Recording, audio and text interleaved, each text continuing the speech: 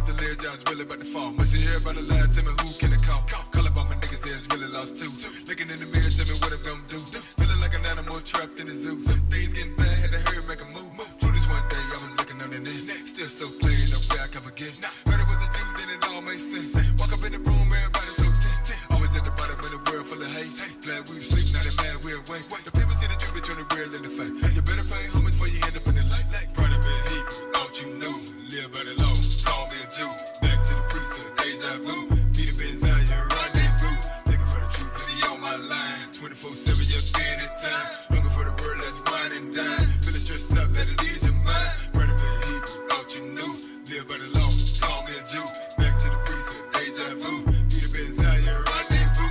Looking for the truth, and he on my line. 24/7, you're being in time. Looking for the word, let's wine and dine. Feeling stressed up, let it ease your mind. Gotta leave the kids a legacy. Tell them what they work about the pedigree. Put them on game by the history. Prepare for the world coming after me. Teach them about the law, fear God, live right. Show them what it mean to be an Israelite. Explain by the struggle so they know they gotta fight. Do it till the morning, you can make it through the night. Focus with your because we about to go home. Demon on the people, then they sitting on the throne. Left with the boy so you never be alone. Take it to the head like Cheech and Chong. Can't go wrong when you get a hit of this. Put it on mama, I'm a living witness. Got a second shot this time, won't miss. Rather be a Jew, I ain't taking no risk. Proud of it, he thought you knew. Live by the law, call me a Jew. Back to the precinct, deja vu. Be the Benziah, rendezvous. Looking for the truth, and he on my line. 24/7, you're being in time. Looking for the word, let's wine and dine. Feeling stressed up, let it ease your mind. Proud of it, he thought you knew. Live by the law, call me a Jew. Back to the precinct, deja vu. Be the Benziah, rendezvous. Looking for the truth, and he on my line. 24/7, you're being in time. Looking for the word, let's wine and dine. Feeling stressed up, let it ease your mind.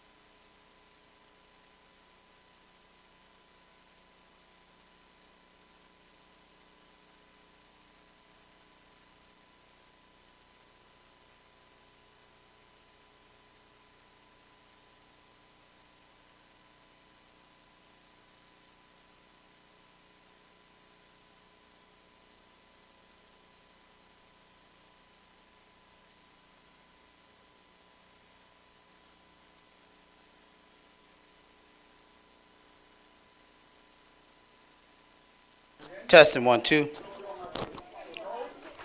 All right, we're gonna go ahead and get started with Q&A.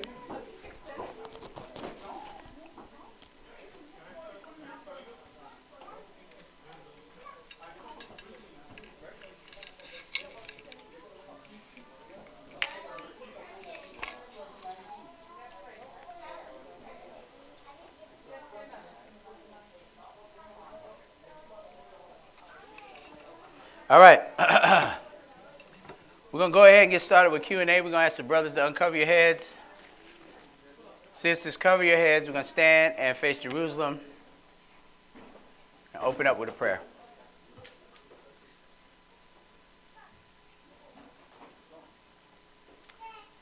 Our Father which art in heaven, hallowed be thy name. Thy kingdom come, thy will be done in earth as it is in heaven. Give us this day our daily bread, and forgive us our debts as we forgive our debtors. And lead us not into temptation, but deliver us from evil. For thine is the kingdom, and the power, and the glory forever. In Jesus' mighty name we pray. Amen.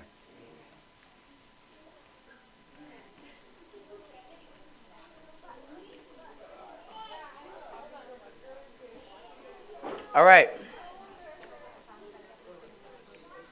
We're going to go ahead and open up the floor for questions. Can you see the comments on there? Is it up, the comment? Okay. So if somebody asks a question there, you can see it, right? All right.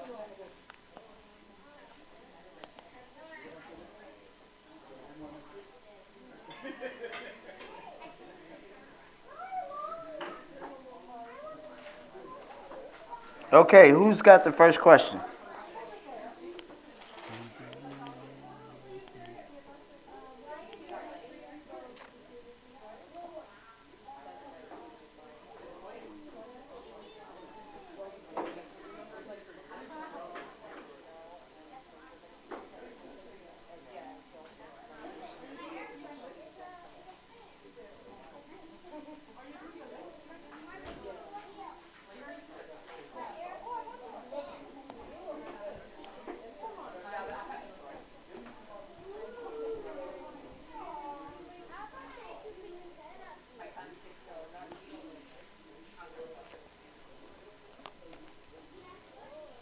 Anybody got a question? Anything online? No? All right.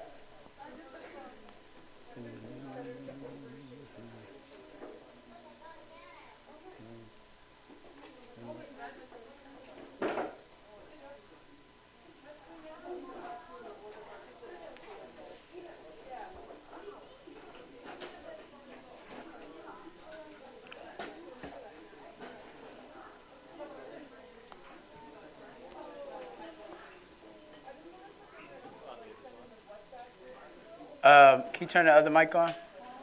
All right, do we have any questions? Question and answer has started.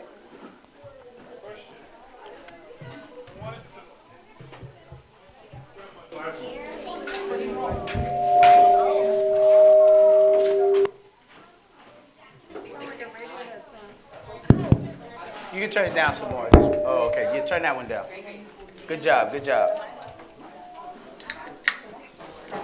Am I good to go? You So, can turn it down some more. I wanted to ask a question, right? I'm hearing about like the red heifer and this whole thing that they have in Israel and this sacrifice that's going to go on. Is there any scripture that talks about a red heifer and what's the breakdown of it pertaining to the Bible? Yep, absolutely. Okay, I think that's what is Numbers.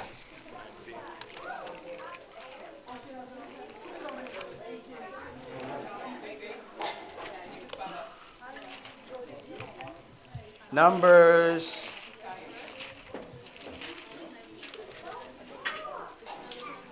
Yeah, Numbers 19.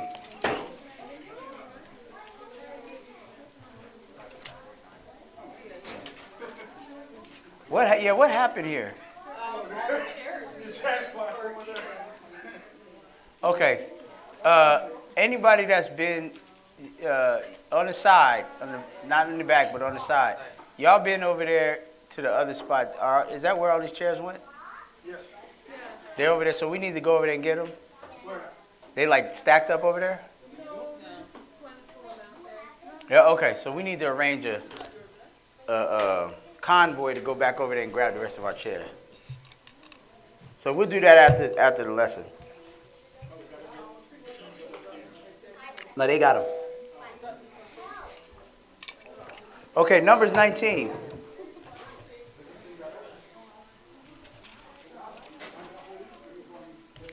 Numbers 19 and 1. Numbers 19 and 1. Okay, when you get there, go ahead. And the Lord spake unto Moses and unto Aaron, saying, This is the ordinance of the law which the Lord hath commanded, saying, Speak unto the children of Israel, that they bring thee a red heifer without spot, wherein is no blemish, and upon which never came yoke. And ye shall give her unto Eleazar the priest, that he may bring her forth without the camp, and one shall slay her before his face. And Eleazar the priest shall take of her blood with his finger, and sprinkle of her blood directly before the tabernacle of the congregation 7 times. And one shall burn the heifer in his sight. Her skin and her flesh and her blood, with her dung shall he burn. And the priest shall take cedar wood and hyssop and scarlet, and cast it into the midst of the burning of the heifer. Then the priest shall wash his clothes. I'm sorry, go ahead. Verse 7. Then the priest shall wash his clothes, and he shall bathe his flesh in water, and afterward he shall come into the camp, and the priest shall be unclean until the even. And he that burneth her shall wash his clothes in water, and bathe his flesh in water, and shall be unclean until the even. And the man that is clean shall gather up the ashes of the heifer, and lay them up without the camp in a clean place, and it shall be kept for the congregation of the children of Israel for a water of separation. It is a purification for sin. And he that gathereth the ashes of the heifer shall wash his clothes, and be unclean until the even. And it shall be unto the children of Israel, and unto the stranger that sojourneth among them, for a statute forever. He that toucheth the dead body of any man shall be unclean 7 days. I think that's it. Yeah, well, he's getting ready to show that, we read verse 12. He shall purify himself with it. Sorry. I'll take it back from 11. Yeah. He that toucheth the dead body of any man shall be unclean 7 days. He shall purify himself with it on the 3rd day, and on the 7th day he shall be clean. But if he purify not himself the 3rd day, then the 7th day he shall not be clean. So the red heifer was used in this process to, hold on one second. So you had to get the red heifer without spot or blemish, and it had to be a red heifer that nobody ever used for what heifers do, to put a yoke on it, right? Yeah. And they had to slay the heifer, then they had to sprinkle their blood on the tabernacle 7 times. Sprinkle their blood directly before the tabernacle of the congregation 7 times. Then they had to burn the heifer. And then they took cedar wood, hyssop, and scarlet, and cast it into the midst of the burning heifer. Then the priest had to wash his clothes. And then he could come into the camp. What is scarlet again? Just the... That's something red, right? Pardon me? Scarlet is red. I know that's the color, but I think that's like a... Well, we can find out what scarlet is. Yeah. Because I know it's a color, but I thought it might be something... I'm not sure. We can look it up. But okay, then, cool. So basically, the red heifer was used to make this water of separation, and that's what you used to purify yourself with. So if somebody was defiled by a dead body, then it's going to go on to say that that person had to be purified with the water of separation. So it was an integral part of the purification process for the priests, right? For the Levites. Because notice it say, if you touch the body of a dead man, you shall be unclean. Verse 12, he shall purify himself with it on the 3rd day, and on the 7th day he shall be clean. But if he purify not himself the 3rd day, then the 7th day he shall not be clean. Purify himself with the waters of separation. Yeah.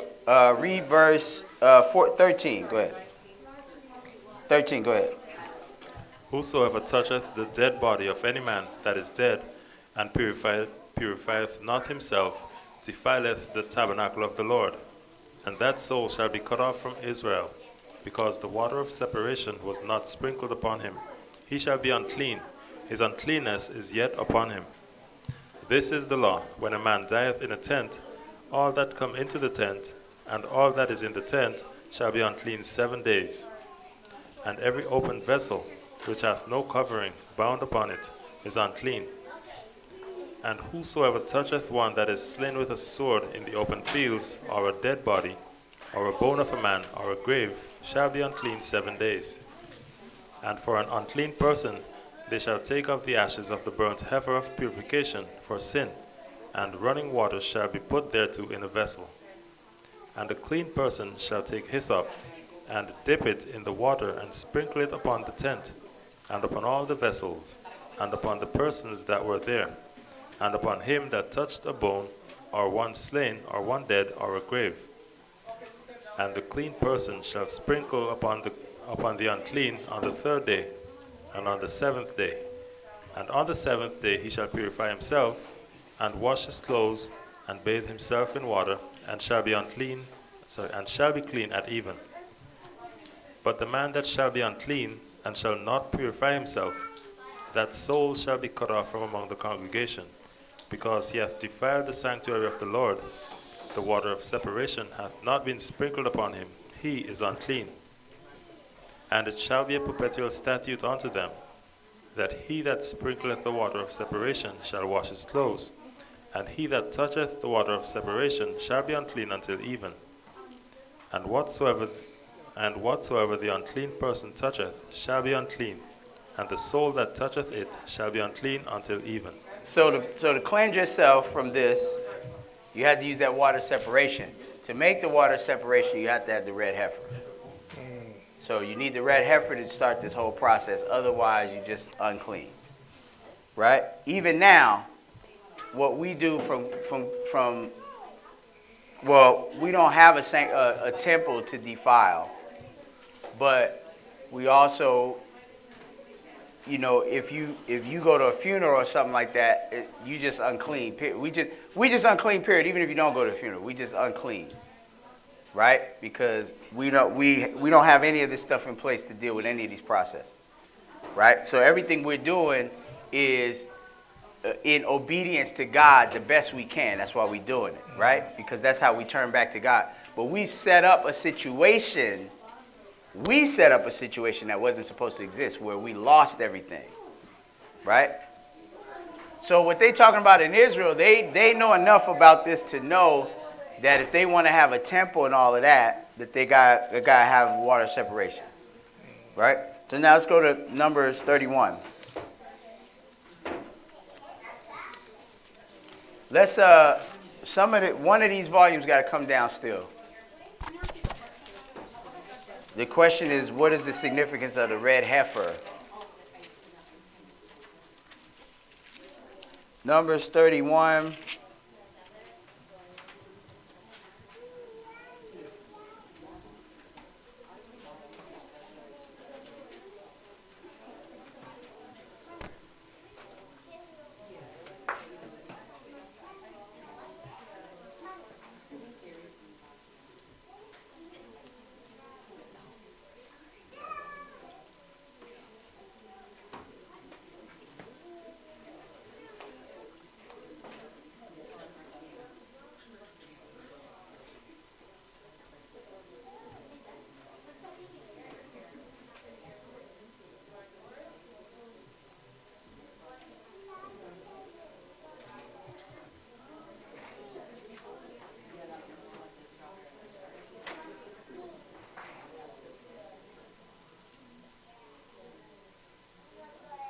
Okay.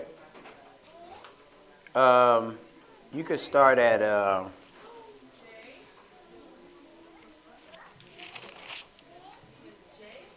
start at 1. 31 and 1. 31 and 1. Go ahead.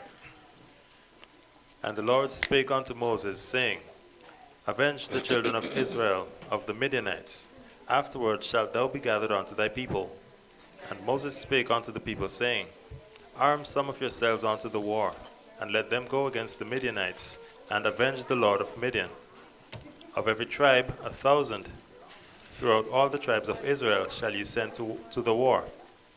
So there were delivered out of the thousands of Israel 1,000 of every tribe, 12,000 armed for war.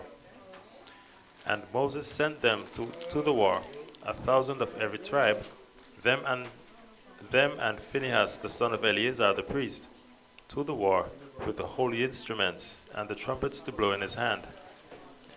And they warred against the Midianites as the Lord commanded Moses, and they slew all the males. And they slew the kings of Midian, beside the rest of them that were slain, namely Evi, and Rechem, and Zur, and Hur, and Reba, 5 kings of Midian. Balaam also the son of Beor, they slew with the sword. And the children of Israel took all the women of Midian captives, and their little ones, and took the spoil of all their cattle, and all their flocks, and all their goods. And they burnt all their cities wherein they dwelt, and all their goodly castles with fire. And they took all the spoil, and all the prey, both of men and of beasts. And they brought the captives and the prey, and the spoil unto Moses and Eleazar the priest, and unto the congregation of the children of Israel, unto the camp at the plains of Moab, which are by Jordan near Jericho. And Moses and Eleazar the priest, and all the princes of the congregation, went forth to meet them without the camp.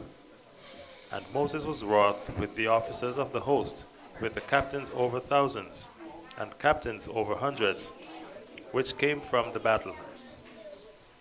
And Moses said unto them, Have ye saved all the women alive? Behold, these caused the children of Israel, through the counsel of Balaam, to commit trespass against the Lord in the matter of Peor. And there was a plague among the congregation of the Lord.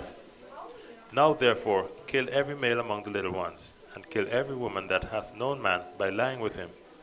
But all the women children that have not known a man by lying with him, keep alive for yourselves. And do ye abide without the camp 7 days. Whosoever hath killed any person, and whosoever hath touched any slain, purify both yourselves and your captives on the 3rd day, and on the 7th day. And purify all your raiment, and all that is made of skins, and all work of goat's hair, and all things made of wood. And Eleazar the priest said unto the men of war, which went to the battle, This is the ordinance of the law, which the Lord commanded Moses.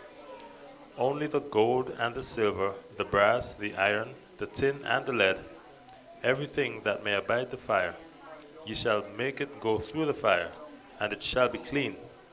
Nevertheless, it shall be purified with the water of separation, and all that abideth not the fire ye shall make go through the water. And ye shall wash your clothes on the 7th day, and ye shall be clean, and afterward ye shall come into the camp. Okay, that's good. So that was just another example. It's kind of a So it's made for extreme cleansing and yeah. cleaning. Okay. Correct. So hopefully that helps with that question. Yes. All right, any questions or comments on that? Okay, do we have any other questions? Since there's Yeah, nothing yep, you online, got some I'll else? ask Yep. another one. I always hear about celebrating Purim, right? And people say it comes from the book of Esther, and you have Israelite camps that do it, you have Jewish people that do it. Is it any biblical? Is there anything biblical about it? Or is it in the Bible? Is it pertaining to it? Yep, okay, that's a great question. So Let's go to Esther. And if so, do you celebrate it? Do you not? Is it a day that the Most High says to do so? Okay, these are great questions. So it's a multifaceted question you're asking. Let's go to Esther. You said, number one, what is Purim? Is it biblical? Do we celebrate it? And is it something that the Most High says we should celebrate? So we're going to deal with all them questions.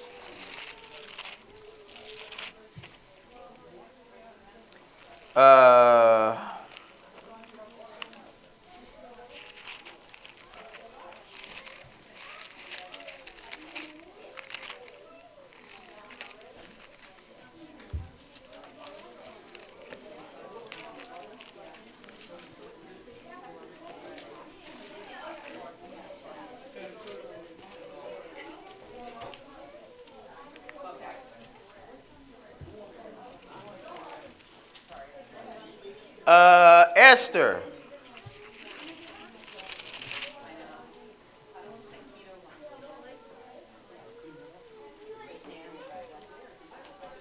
Yeah, just make sure the kids don't come by and you're cool. Book of Esther. We're going to cut to the chase. You familiar with the story of Esther? Yeah, I'm Sort of? sort of like Okay. not so in detail, but Okay, gotcha. But I know that she had got married to a king, and I think the king at the time was killing her people, and she, pardon me? Yeah. So she was able to stop it and so on, right? By speaking on their behalf. Yeah, okay. We're going to cut to the chase regarding Purim. Esther chapter 9.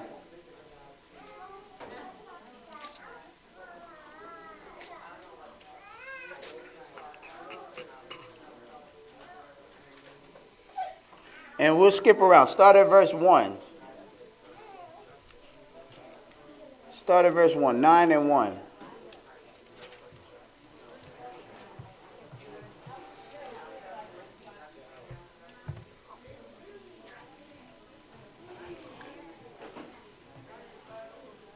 Verse 1. 9 and 1. Go ahead. Now in the 12th month, that is the month Adar, on the 13th day of the same, when the king's commandment and his decree drew near to be put in execution, in the day that the enemies of the Jews hoped to have power over them, though it was turned to the contrary that the Jews had rule over them that hated them, the Jews gathered themselves together. The Jews gathered themselves together in their cities throughout all the provinces of King Ahasuerus to lay hand on such as sought their hurt, and no man could withstand them, for the fear of them fell upon all people. And all the rulers of the provinces, and the lieutenants and the deputies, and the officers of the king helped the Jews, because the fear of Mordecai fell upon them. For Mordecai was great in the king's house, and his fame went out throughout all the provinces. For this man Mordecai waxed greater and greater. Thus the Jews smote all their enemies with a stroke of the sword, and slaughter, and destruction, and did what they would unto those that hated them. And in Shushan the palace, the Jews slew and destroyed 500 men, and Parshandatha, and Dalphon, and Aspatha, and Paratha, and Adalia, and Aridatha, and Parmashta, and Arisai, and Aridai, and Bajezitha. The 10 sons of Haman, the son of Hammedatha, the enemy of the Jews, slew they, but on the spoil laid they not their hand. So now the backstory on this is that Haman was trying to get all the Jews killed. But he ended up, the Jews end up,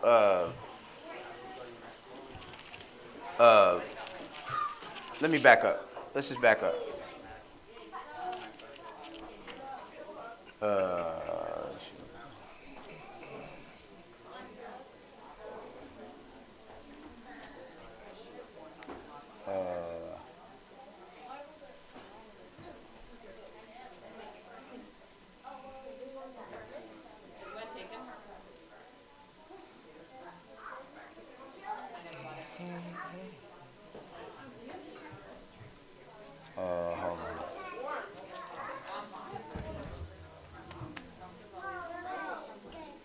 So back up to chapter 7. Back up to chapter 7.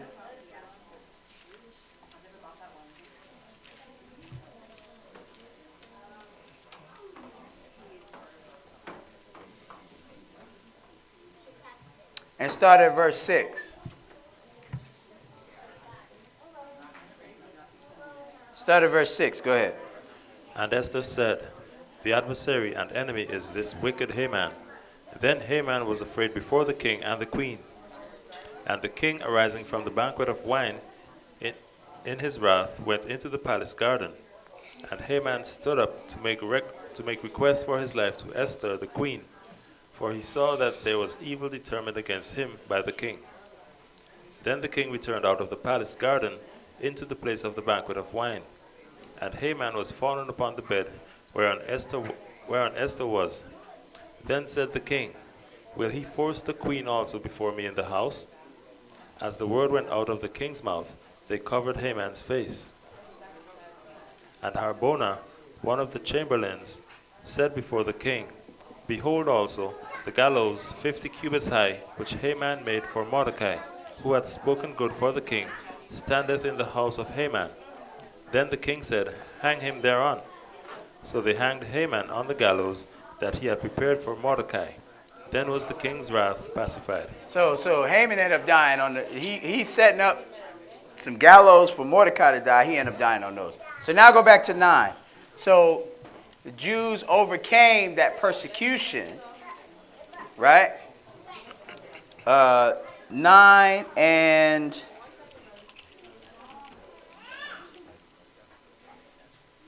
where did we stop? Start around 10? 10. Okay, go to 11. Yeah, start at 11. Go ahead.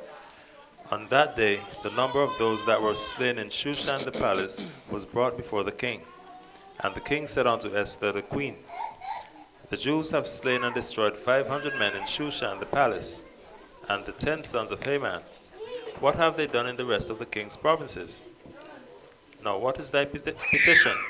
And it shall be granted thee, or what is thy request further? And it shall be done. Then said Esther, If it please the king, let it be granted to the Jews which are in Shushan to do tomorrow, also according unto this day's decree, and let Haman's 10 sons be hanged upon the gallows. And the king commanded it so to be done. And the decree was given at Shushan, and they hanged Haman's 10 sons. For the Jews that were in Shushan gathered themselves together on the 14th day also of the month Adar, and slew 300 men at Shushan, but on the prey they laid not their hand.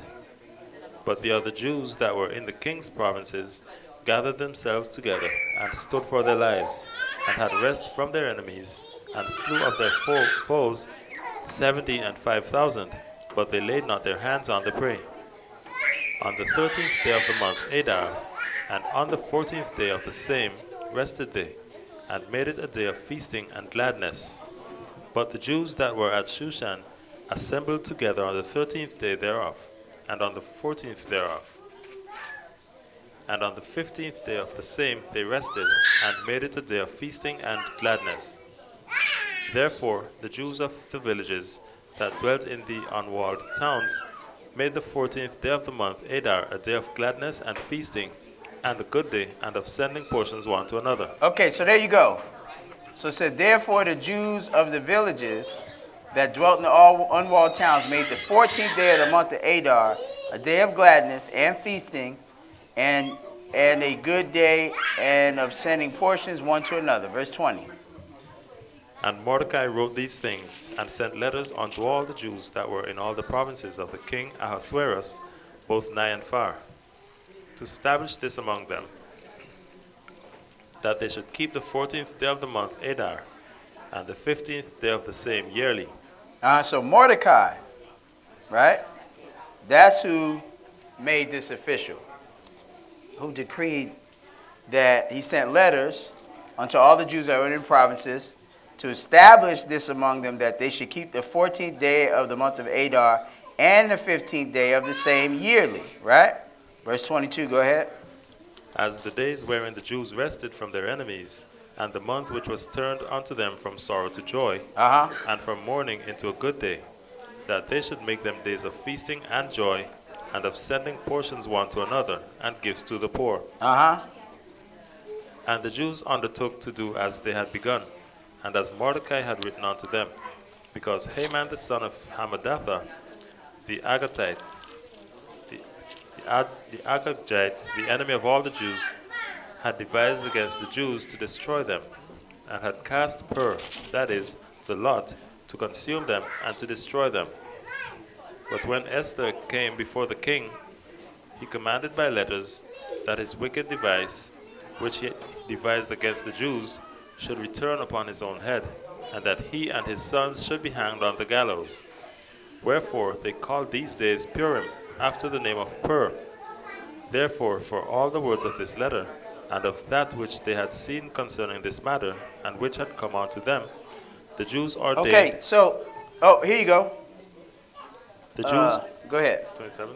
The Yeah. Jews ordained and took upon them, and upon their seed, and upon all such as joined themselves unto them, so as it should not fail, that they would keep these 2 days according to their writing, and according to their appointed time every year. So And who ordained this?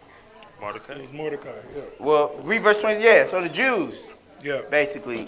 You know, it's kind of like a, I mean, anytime you have something great happen, right, you want to memorialize. That's what Independence Day is, right? 4th Yes. of July in America.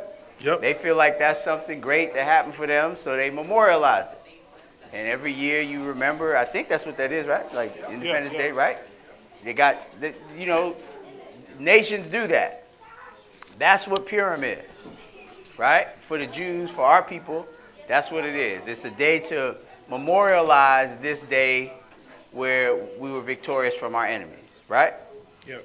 So that's the answer to the first question. What is Purim? Purim is the day that memorializes this event that happened here in this kingdom with Esther, with our people, and how we were delivered from our enemies. Now, your second question was, is that something that the Lord says we need? Is that something that the Most High commands that we do? Well, we see that this was something that Mordecai and the Jews of that day put together. Be careful with all this right here. This is something that Mordecai and the Jews of the day did, right? Okay. So we're not reading anywhere here that this is a commandment from God and that you are in jeopardy of going to the lake of fire for not keeping this day, right? Keep reading this. Go ahead. Verse 28. And that these days should be remembered and kept throughout every generation, every family, every province, and every city.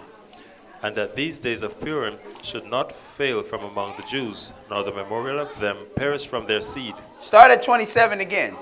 Go ahead. The Jews ordained and took upon them, and upon their seed, and upon all such as joined themselves unto them, so as it should not fail, that they would keep these 2 days according to their writing, and according to their appointed time every year, and that these days should be remembered and kept throughout every generation, every family, every province, and every city, and that these days of Purim should not fail from among the Jews, nor the memorial of them perish from their seed.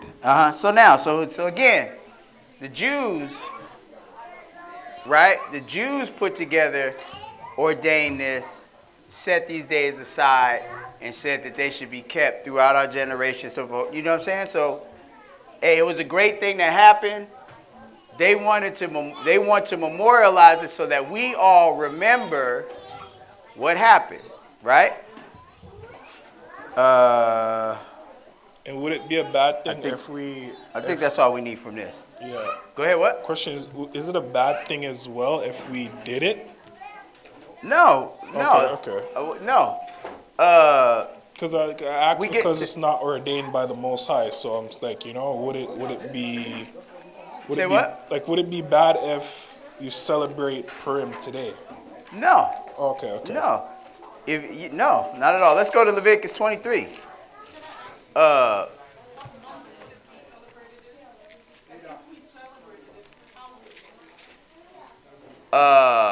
We're going to cover all of this. That's what we're getting to.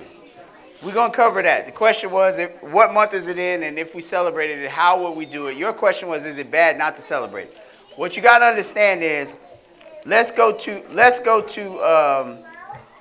we're going to cut a little to the chase. Deuteronomy 30, I'm sorry.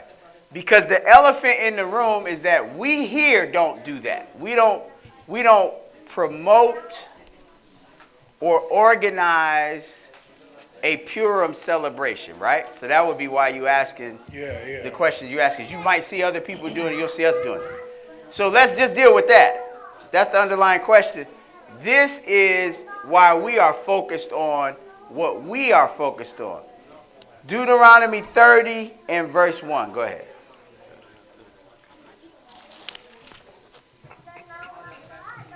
Matter of fact, hold up. Before you do Deuteronomy, hold your finger there. Let's go to Leviticus 23. Let's go to Leviticus 23.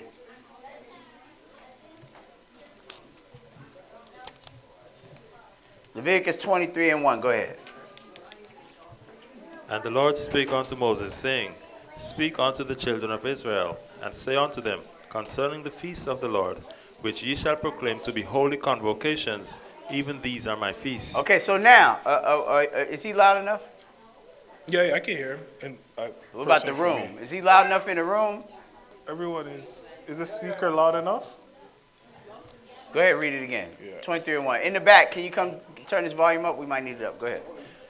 And the Lord spake unto Moses, saying, Speak unto the children of Israel, and say unto them, concerning the feasts of the Lord, which ye shall proclaim to be holy convocations, even these are my feasts. Okay, so now we're talking about a commandment from God which comes with a consequence. And the consequence we are all experiencing and living right now. Right?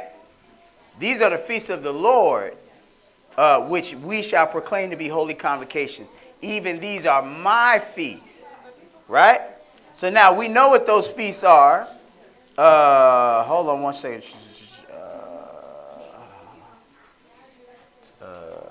Read verse 21.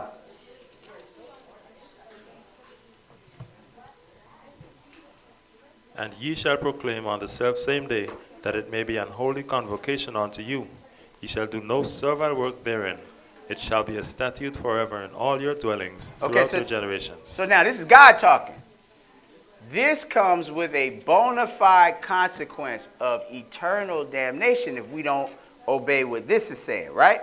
Skip down to verse 29. Now this is regarding the Day of Atonement. 29, read that. For whatsoever soul it be that shall not be afflicted in that same day, he shall be cut off from among his people. Okay, that's a threat of death concerning the Day of Atonement. Skip down to verse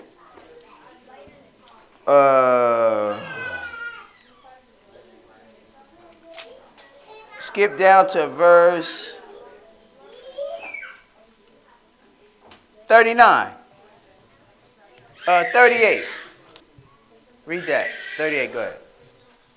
Beside the Sabbaths of the Lord, and beside your gifts, and beside all your vows, and beside all your freewill offerings, which ye give unto the Lord, also in the 15th day of the 7th month, when ye have gathered in the fruit of the land, ye shall keep a feast unto the Lord 7 days. On the first day shall be a Sabbath, and on the 8th day shall be a Sabbath. Okay, so that's talking about tabernacles. Keep going. And ye shall take you on the first day the boughs of goodly trees, branches of palm trees, and the boughs of thick trees, and willows of the brook, and ye shall rejoice before the Lord your God 7 days. And ye shall keep it a feast unto the Lord 7 days in the year. It shall be a statute forever in your generations. Ye shall celebrate it in the 7th month. Ye shall dwell in booths 7 days. All that are Israelites born shall dwell in booths. That your generations may know that I made the children of Israel to dwell in booths when I brought them out of the land of Egypt. I am the Lord your God. And Moses declared unto the children of Israel the feast of the Lord. Okay, so now how many of our people are doing this? Not much, I guess. Not a whole lot. No. Whose responsibility is it to get this information out to our people? Us. Okay, so that's what we focused on. Go to Deuteronomy 30. See, the whole thing is, we're going to deal with the book first. We're going to deal with the book. Deuteronomy 30, verse 1. Deuteronomy 30 and 1. When you get there, go ahead. And it shall come to pass, when all these things are come upon thee, the blessing and the curse which I have set before thee. Okay, so now have these things come upon us? The blessing was a long, long, long time ago. Has the curse come upon us? Okay, so we cursed. We have a problem. Houston, we got problems. Right? How do we get out of this problem? We got to get out of this problem. How do we do it? By keeping his laws and commandments. Okay, so again, that is the number one focus. Now, we also got to be careful because we can go to the New Testament and see how. Yeah, we good. Thank you. So let's just establish that. Number one, we have a major problem that we need a solution for. And what is the solution? Keep reading. Verse 2. And shall return unto the Lord thy God, and shalt obey his voice, according to all that I command thee this day, thou and thy children, with all thine heart and with all thy soul, that then the Lord thy God will turn thy captivity, and have compassion upon thee, and will return and gather thee from all the nations whither the Lord thy God hath scattered thee. So notice what he said.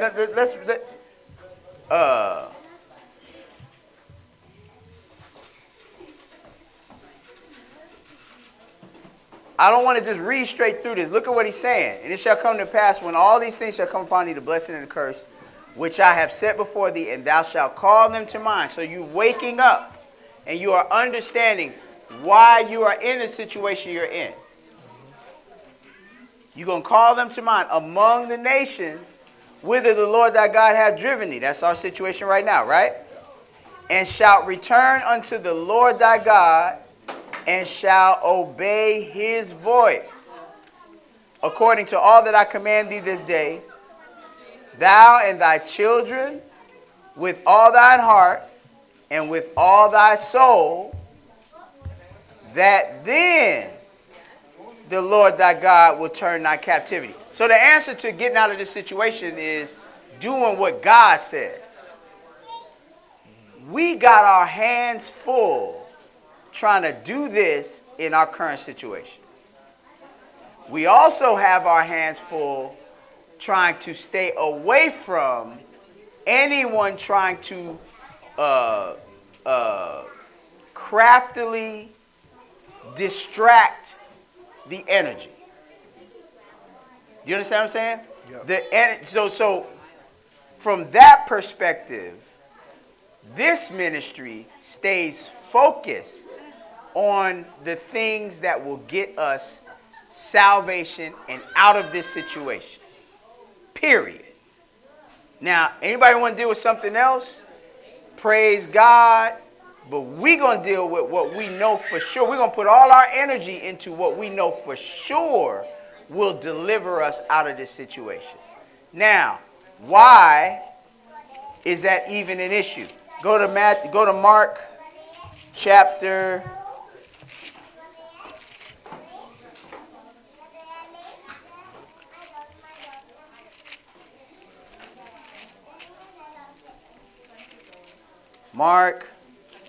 'Chapter. Oh, I'm in Matthew, that's why. Goodness gracious. It's like Mark 9.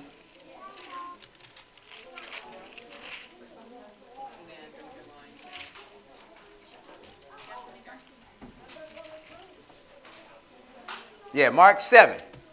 Now, let's be clear about what we're about to read and how it applies to what we're talking about.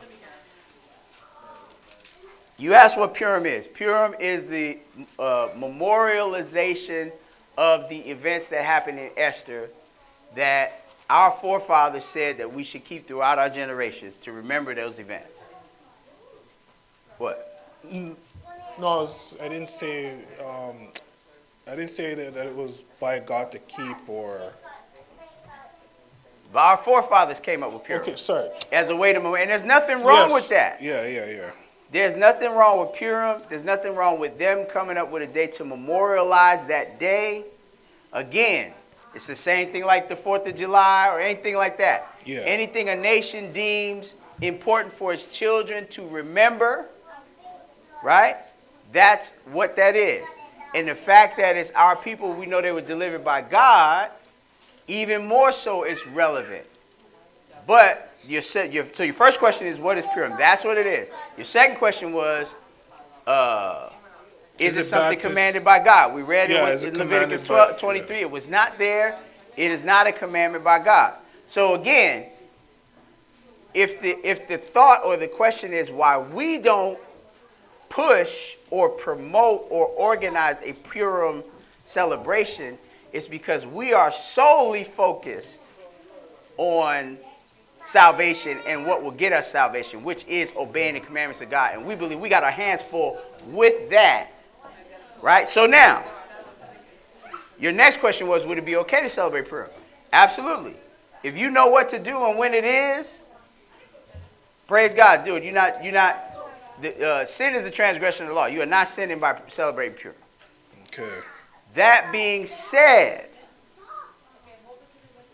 Mark chapter 7, we have to be alert about anything that will distract or detract from the mission, because Satan is always out there trying to do that. Right? Mark 7:1, go ahead. Then came together unto him the Pharisees and certain of the scribes, which came from Jerusalem. And when they saw some of his disciples eat bread with defiled, that is to say, with unwashen hands, they found fault. Mm-hmm.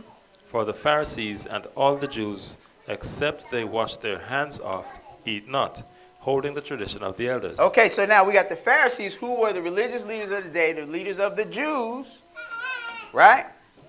Who ultimately, as we can see, they had got to a point where they were only concerned with the things that they came up with and established. That's what this whole chapter is about, right? They came to Jesus, and when they saw some of his disciples, verse 2, eating bread with defiled, that is to say, unwashed hands, they found fault. Verse 3. For the Pharisees. Oh, you already read that. Yeah. The Pharisees and all their Jews, except they wash their hands off, eat not, holding the tradition of the elders. Clearly, this is a problem. Right? So much so that these same people crucified Jesus. Now, how did they get to this point? How they get to this point that now they got a whole system of things that they came up with, and that's all they go by? How they get there? I think that's probably what. How they get there? That's what Somehow they created, didn't get. They lost focus. Yeah. So they created it basically. Yeah, they created that. But the point is, one of the things we got to be aware of is they lost focus. Clearly, they lost focus on what they were supposed to be focused on. They start focusing on the stuff they got. Verse 5, go ahead. Verse 4, go ahead. And when they come from the market, except they wash, they eat not. And many other things there be, which they have received to hold, as the washing of cups and pots, brazen vessels, and of tables. Then the Pharisees and scribes asked him, Why walk not thy disciples according to the tradition of the elders, but eat bread with unwashen hands? He answered and said unto them, Well hath Isaiah prophesied of you hypocrites, as it is written, This people honoreth me with their lips, but their heart is far from me. Howbeit in vain do they worship me, teaching for doctrines the commandments of men. So this is an issue, whereas they were not focused on the commandments of God. They were focused on the traditions that they set up. And the reality is, we got our hands full learning and implementing the commandments of God. So here in this ministry, we find only energy for that. All the energy must be focused on the things that God has given us to do, because we are so far behind with that. And we must stay focused on that. So that's where our energy goes. Right? Now, anybody got something on top of that they feel like they can manage? Because the first question is, okay, if we can manage all of that, which is great, it's fine, it's probably not a big deal, but in the grand scheme of things, right, I'm giving you the 50-foot view as to why we stay locked in on what's in here. Because we believe that if we stay locked in on what's in here, we can't go wrong. Right? So, like for instance, tabernacles. We read in tabernacles, it said we're supposed to be going to get palm trees and boughs and stuff like that and dwelling in. Are we doing that? No. So we need to get to that point. So that's something else we got to work on and implement, right? Say you're supposed to have some of the books say you're supposed to have the word on your doorposts and all that kind of. Are we there? So we got things that he has given us that we need to implement. Right? Yep. So that's what we focus on, because that's what's going to get us out of this situation. Now, so you got that? Okay. Oh, so yeah, definitely. So now, let's go to Matthew chapter 7, because here's the other thing. Matthew chapter 7.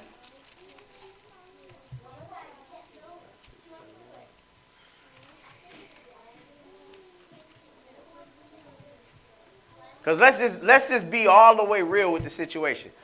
We know that there are certain camps that I see camps, they got all kinds of stuff on their calendar. They got the Feast of Dedication, they got Purim, they got, all kinds of stuff going on in their calendar. Yeah. Right? I'm looking at the calendar, but I'm also looking at, what are y'all teaching? What's the doctrine? Do y'all got the gospel? Are y'all even dealing with this? Or are y'all teaching a bunch of lies? Because Jesus said I'm supposed to be looking at the fruit. Right? Matthew 7, verse 15. 7 and 15, go ahead. Beware of false prophets, which come to you in sheep's clothing, but inwardly they are ravening wolves. Ye shall know them by their fruits. Do men gather grapes of thorns, or figs of thistles? Even so, every good tree bringeth forth good fruit, but a corrupt tree bringeth forth evil fruit. Mm-hmm. A good tree cannot bring forth evil fruit, neither can a corrupt tree bring forth good fruit. Every tree that bringeth not forth good fruit is hewn down and cast into the fire. Wherefore, by their fruits ye shall know them. Okay, so by their fruits ye shall know them, right? So that's really the answer to the question. We can't enforce, we don't preach what we can't biblically enforce. Everything that we teach and everything that we implement has to be enforceable from here. You know what I'm saying? Yeah. Purim is in the Bible. We could teach Purim, but I cannot tell anybody, this is something you got to do. Yeah. Right? All I can do is teach it. Somebody want to do it. Hey, you know when it is. You know how to do it. You got all of that. Then do it. Right? But that's pretty much it. The whole thing is we have enough information of what we do need to be doing, specific information that we need to be implementing on all levels. So that's what we focus on. Okay. So hopefully that answers that question. Yeah, perfect. It answers it for sure.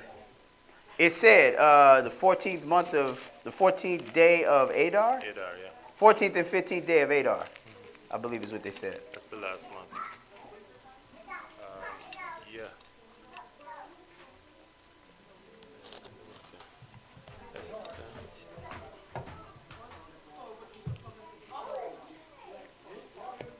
All right, we got any other questions or comments on that? Yep.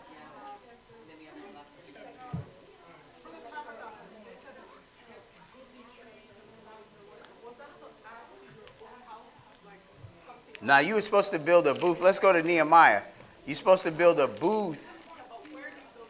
So let's go to Nehemiah. They were doing it. So first of all, the reason that it's hard for us to do it is because, again, well, it's not hard for us to do it, but if we, all right, so like for instance, you ever been to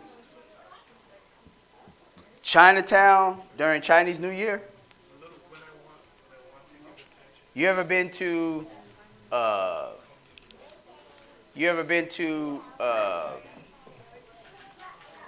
where all the Irish live during St. Patrick's Day?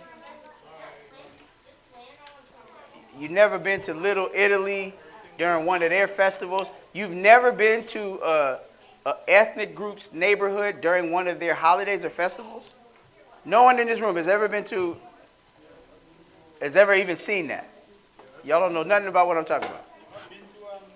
You never seen the Irish neighborhood during St. Patrick's Day. Everything's green. You never seen that before? Yep. Never seen that before? You never been to town when they had Chinese New Year's, dragons all around. You never seen this? Okay.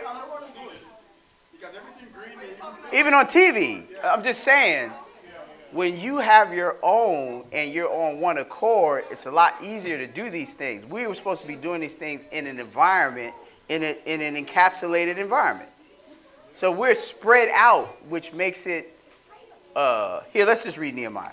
We're spread out. So one of the problems with being spread out is that it's much harder to do this because we're all over the place and we don't own or have anything.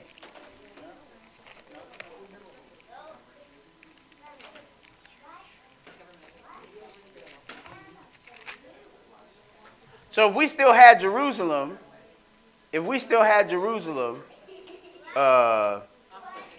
during tabernacles, everybody would know, just like we know, just like I know, if I go to Chinatown during one of these Chinese holidays, they're going to be doing it up in their place, in their area, in the places they have, because that's what they do.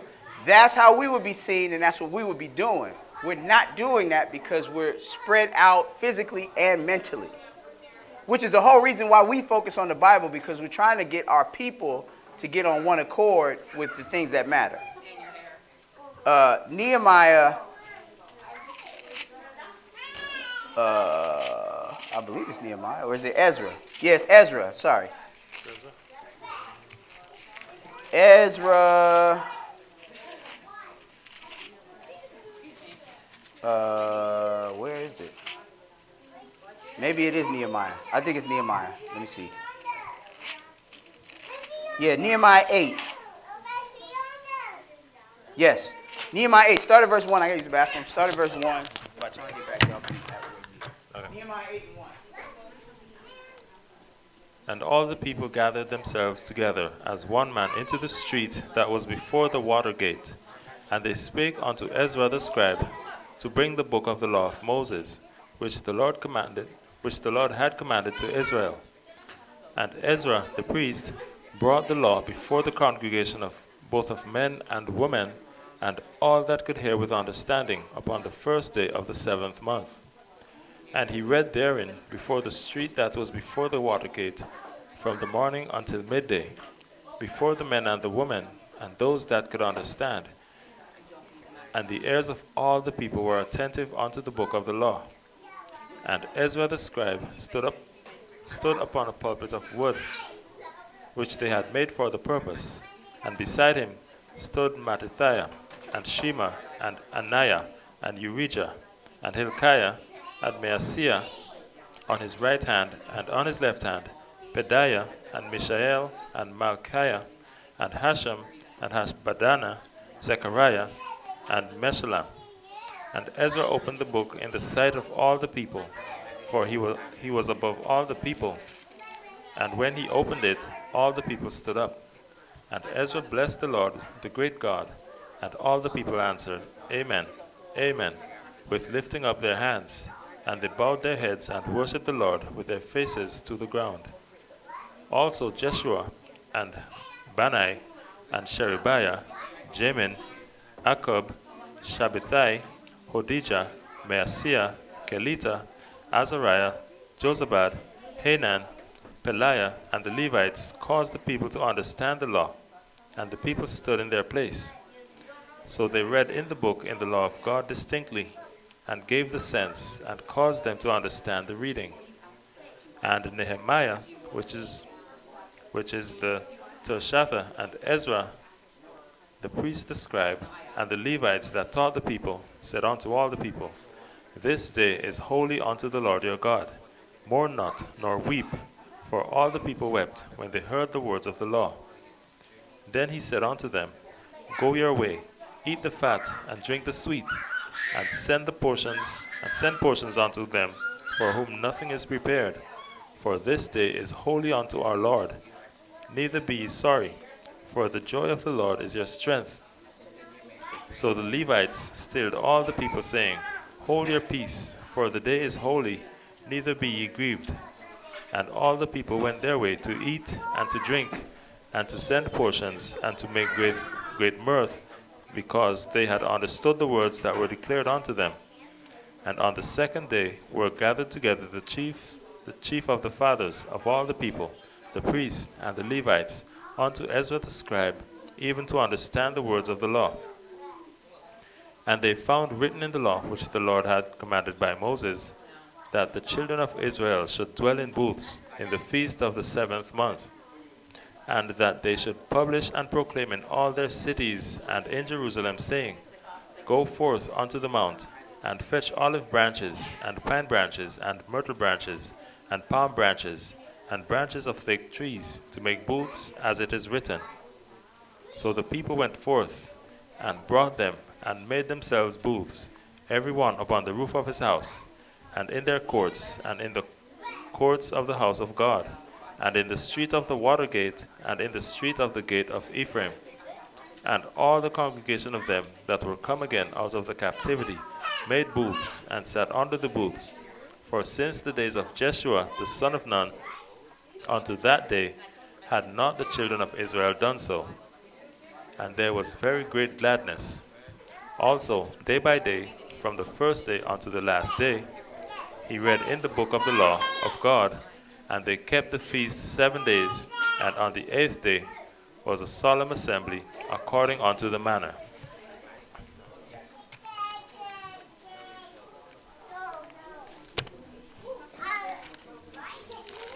We can also read the ordinance in Leviticus 23. Leviticus 23, verse 33. And the Lord spake unto Moses, saying, Leviticus 23, from verse 33. This is the original ordinance. So this is the book of the law that they were reading from. And verse 33. And the Lord spake unto Moses, saying, Speak unto the children of Israel, saying,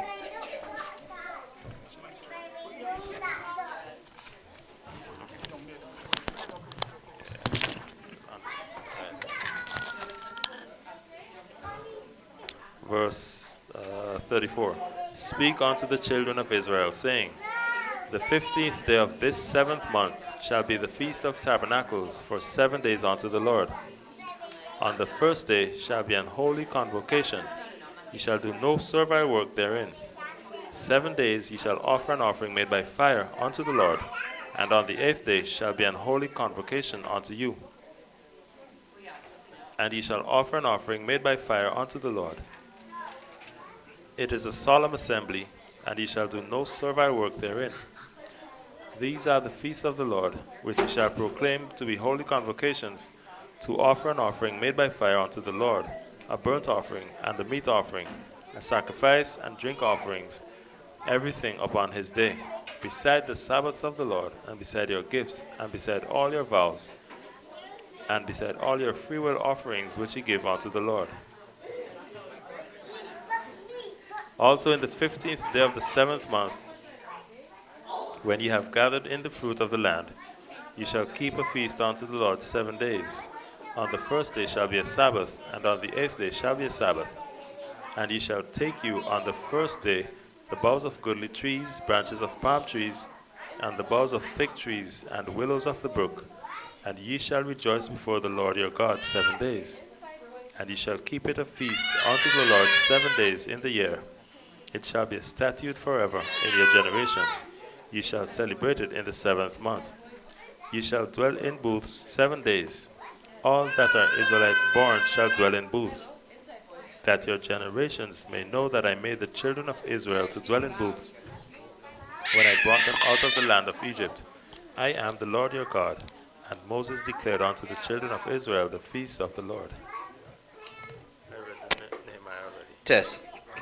So, you read the Nehemiah, right? Yeah.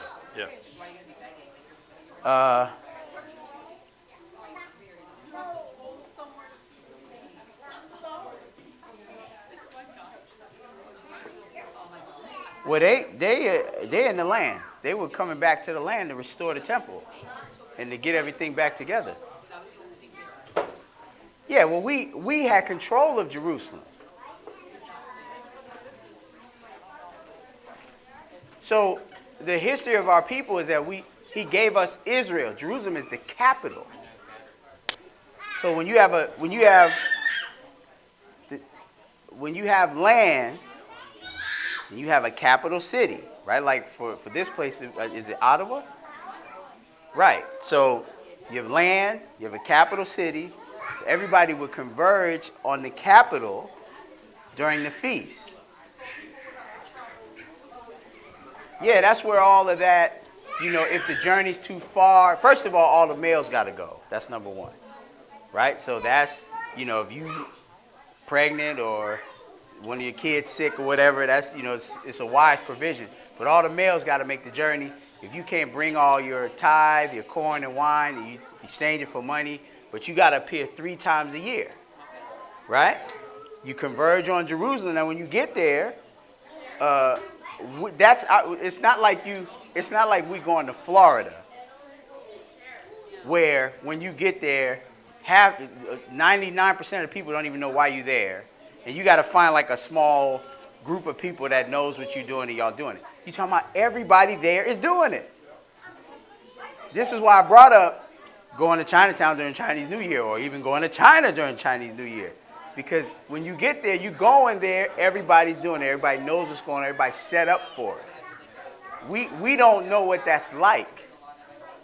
You know what I'm saying? Like, if Florida was Jerusalem and we all went down there to keep the feast and the whole state was ready for it, that would be more like what is going on here. Does that make sense?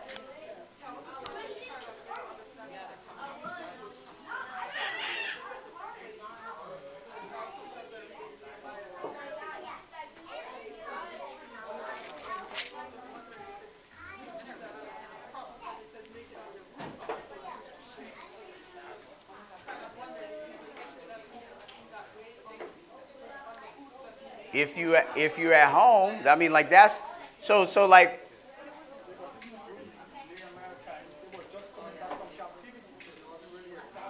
Right. They hadn't done this in years. Go back to Nehemiah 8.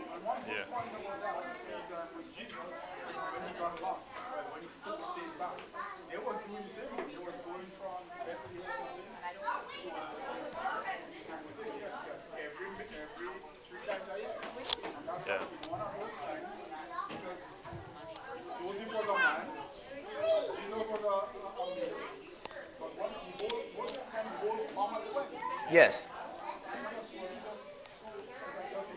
Yeah.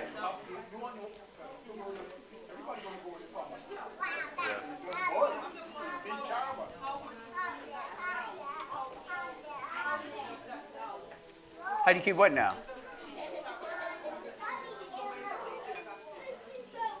We don't. In what aspect?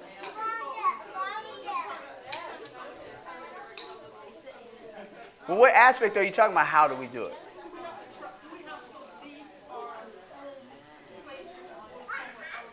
It's not about that. No.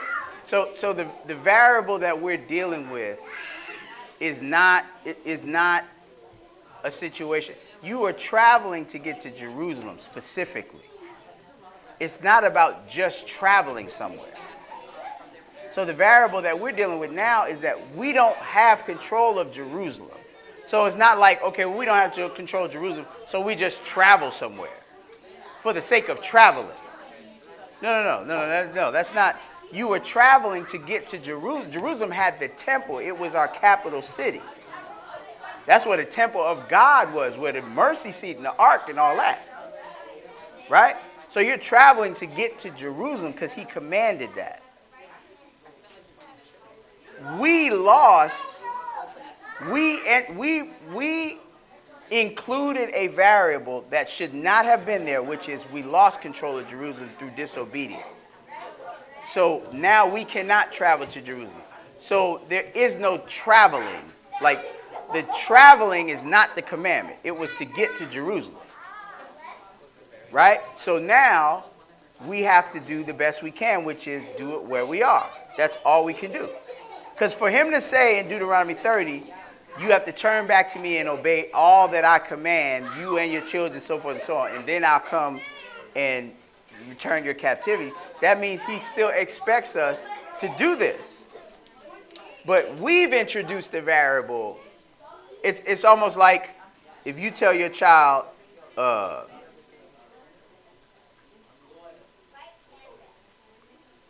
you tell your child vacuum the floor. Then they break the vacuum, trying to vacuum the floor. Okay, well, so is it over, or do they get a broom and try to sweep it? They got to do what they, you know what I'm saying? We introduced a variable that was never meant to be there. So that's what we're contending with. So we have to try to do this how we can, but it's not about like, okay, well, I'm in Toronto, so I need to travel to Windsor to keep the feast. Like that's not what this is about.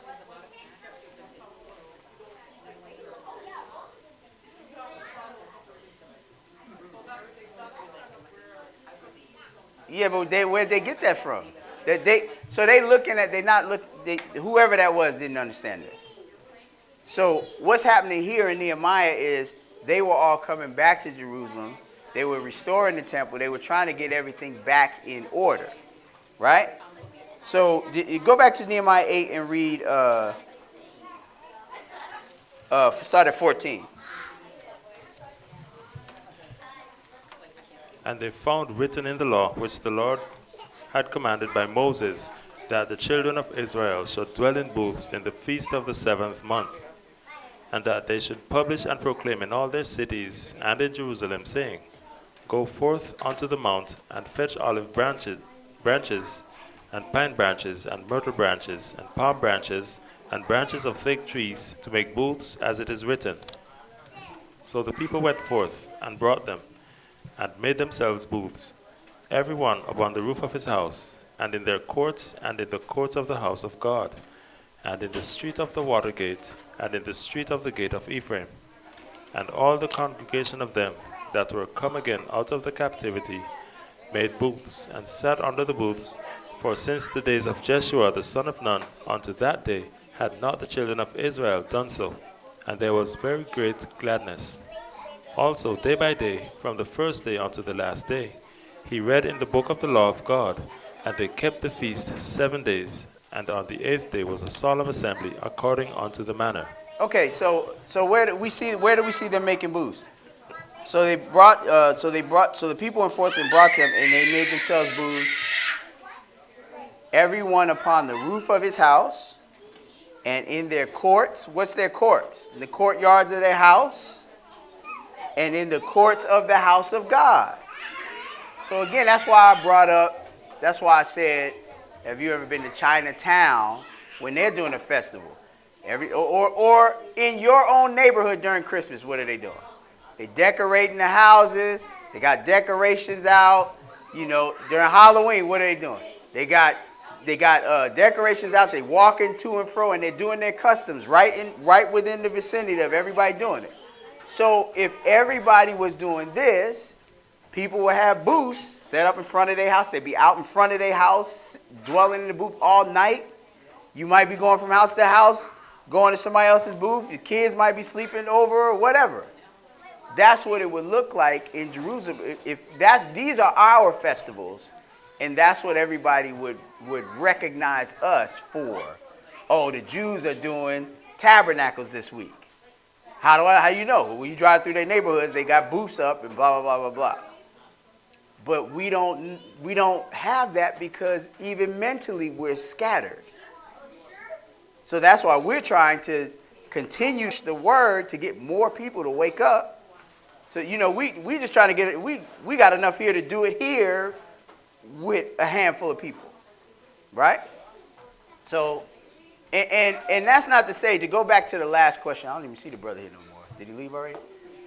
This ain't to say that one day, hey, maybe somebody will say, hey, today's the 14th of Adar, let's have a feast for Purim. There wouldn't be nothing wrong with that, right? There wouldn't be anything wrong with that. I mean, I know some brothers were hollering about the new moon some years ago, and I know they just started instituting this ball, right, every year to commemorate the beginning of the year. So it just shows some growth, right? But that's what this is about. Looking at what was being done and trying to follow it. That's what it's all about. So hopefully that helps with that question.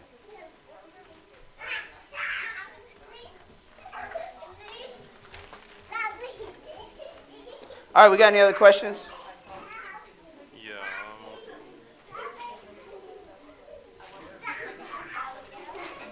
Okay, it's a question my son had asked me. Okay. He says, I'm thinking, I feel like everything is going to happen within my lifetime. So, like, once I get to the point where I make such a decision, do I even bother trying to have kids?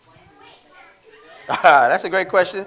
But when you say things are going to happen in your lifetime, what are you talking about? In terms of,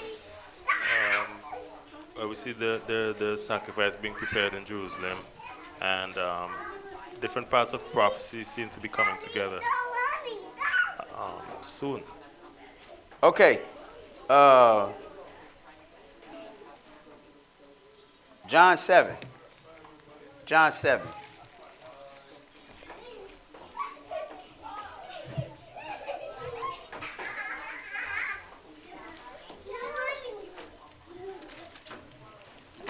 All right, before we go to John 7, you can hold your finger there. Matthew chapter 6.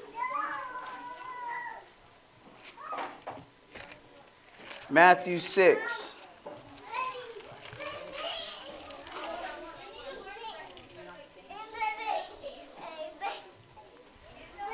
Matthew 6.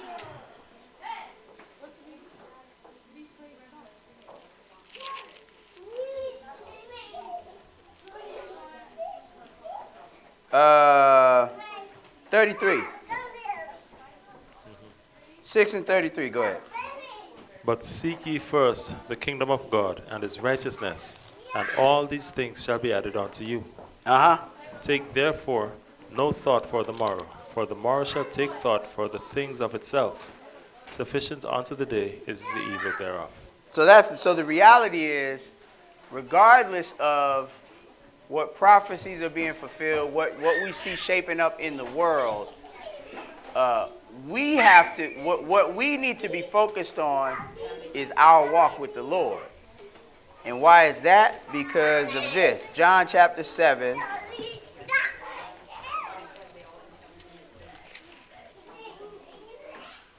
Verse 6. John 7 and verse 6. Okay, go ahead.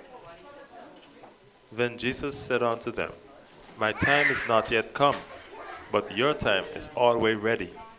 Right, so at any point, we can lose our life.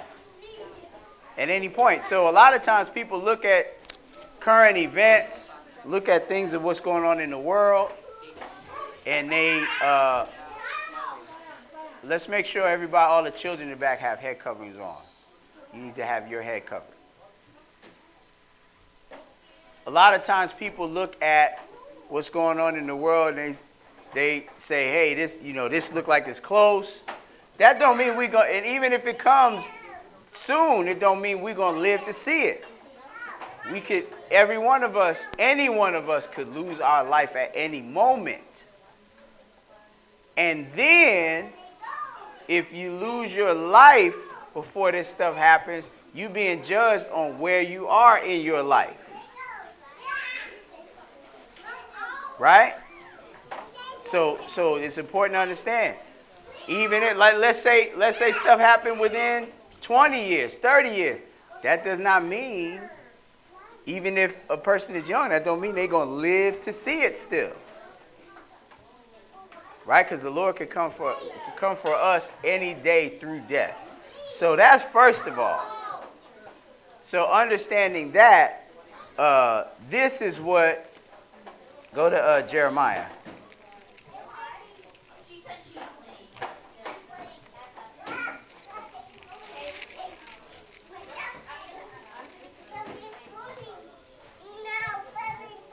Actually, let me see if that's, because he's saying he don't know. What was the question again? I just want to make sure I'm addressing what's in the question. Can you read the question again? Okay, I feel like everything is going to happen within my lifetime.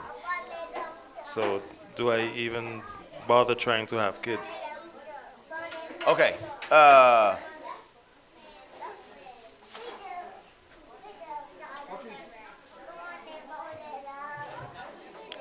told him to just keep living righteously. Yeah, we covered that, but there's some other stuff we need to deal with. Yeah, let's go to Jeremiah.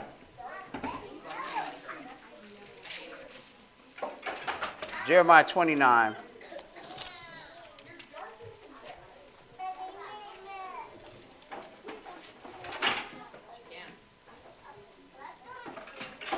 Jeremiah 29 and verse 4.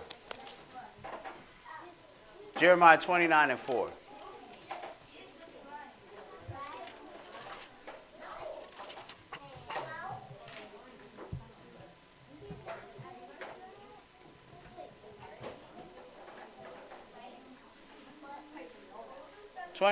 Okay, go ahead. Thus saith the Lord of hosts, the God of Israel, unto all that are carried away, captives, whom I have caused to be carried away from Jerusalem unto Babylon. Build ye houses, and dwell in them, and plant gardens, and eat the fruit of them. Take ye wives, and beget sons and daughters, and take wives for your sons, and give your daughters to husbands, that they may bear sons and daughters, that ye may be increased there, and not diminished. And seek the peace of the city whither I have caused you to be carried away captives, and pray unto the Lord for it. For in the peace thereof shall ye have peace. So he said what? Go on and live life as usual. Build houses, plant vineyards, have children. And pray for the peace of the city that you are in, because if he gives peace to that city, then you will have peace. Right? So that is the mandate for those of us that are in captivity. That's all of us. Right? And that's a package deal. Go on and live life as usual, but pray to God that he give you peace. Right? So now let's go to Matthew 24.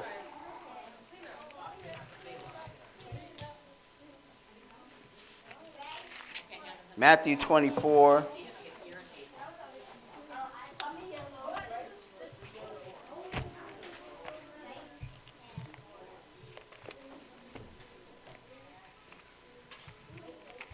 Matthew 24,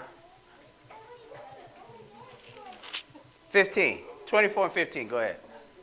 Now this is right at the end, right?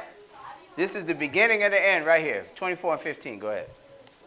When ye therefore shall see the abomination of desolation, spoken of by Daniel the prophet, stand in the holy place, whoso readeth, let him understand.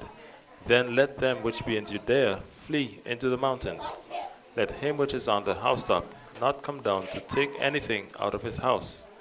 Neither let him which is in the field return back to take his clothes. And woe unto them that are with child, and to them that give suck in those days. So notice what he said here.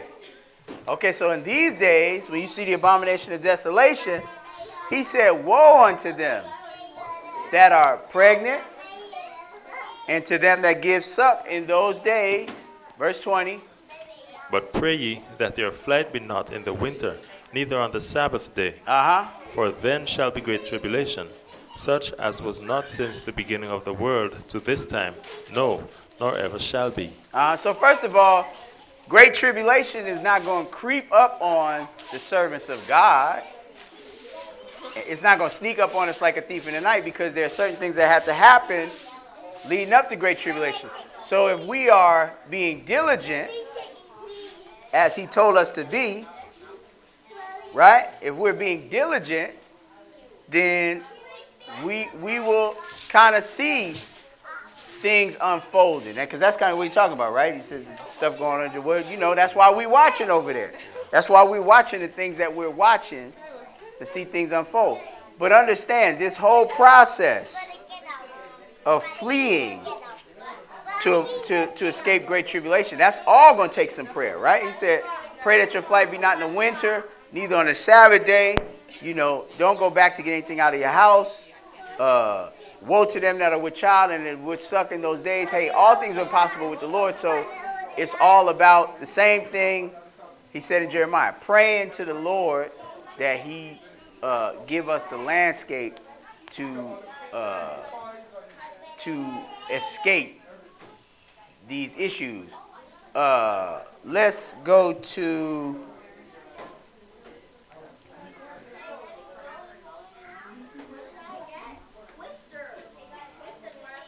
Luke 22. And this is going to be your underlying. Matter of fact, let's go to this. Let's do this. Hold on one second.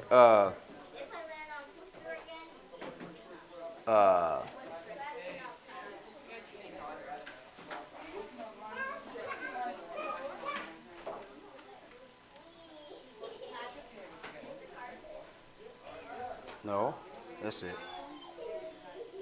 Psalm 127.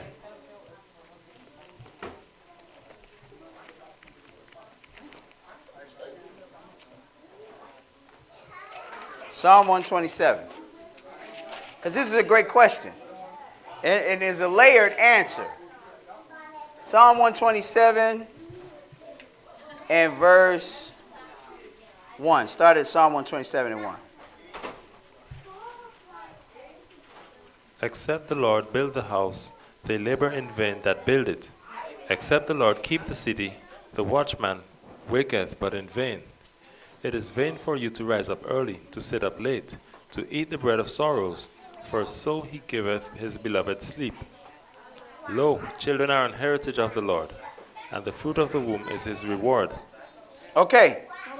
Children are a heritage of the Lord, and the fruit of the womb is his reward. So if the Lord has blessed you with children, hey, that's a blessing from God. Right? And we also need to understand who controls the womb.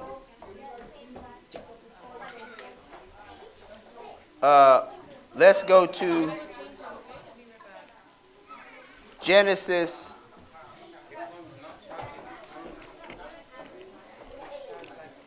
I'm sorry, not Genesis.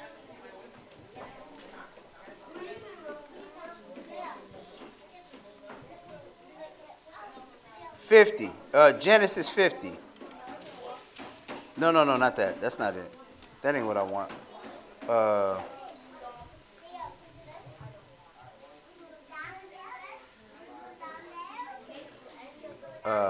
I think it's Jacob. Yes. Genesis 30 is what I'm looking for. Genesis 30.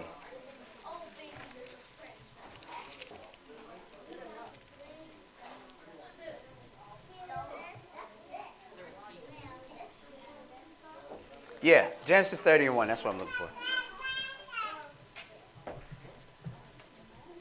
Genesis 30 and 1. When you get there, go ahead. And when Rachel saw that she bare Jacob no children, Rachel envied her sister, and said unto Jacob, Give me children, or else I die. And Jacob's anger was kindled against Rachel, and he said, Am I in God's stead, who hath withheld from thee the fruit of the womb? No, we're not doing that yet. Read verse 2 again. And Jacob's anger was kindled against Rachel, and he said, Am I in God's stead, who hath withheld from thee the fruit of the womb? So notice, Rachel wasn't having any kids, and Jacob said, Look, I can't do anything about that. God is the one who is in control of the womb. So again, it all goes back to faith in God. So that's what the focus is. The focus is not to focus on, well, it looked like the Lord about to wind this down, so should I even try to do? No.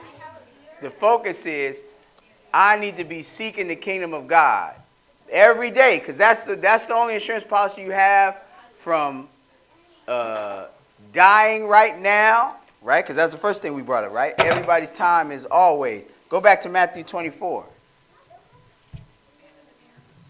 Go back to Matthew 24. Seeking God and living a righteous life, like you said, that is your insurance policy for if the Lord comes for you now through death, for if the Lord brings great tribulation on this earth, for if you start having children, all of that, the only insurance policy we have is keeping God's law, statutes, and commandments. 24 and 44, go ahead.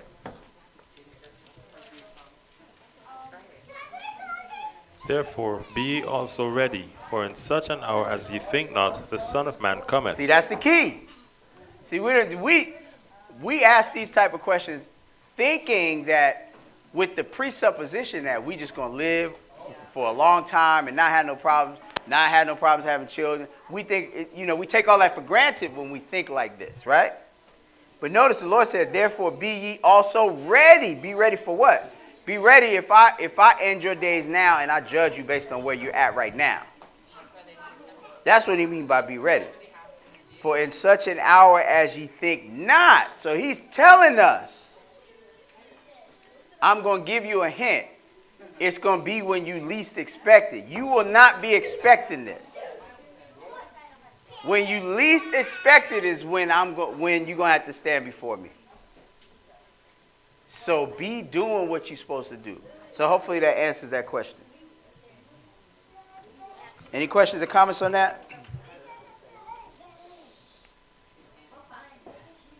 All right, we got any questions online? Could somebody check can you check the thing? There's nothing on YouTube. Let me see the Facebook. In the meantime, I want to add a Yeah, verse please do. to Please do. the previous question about Purim. Okay. It's Colossians 2.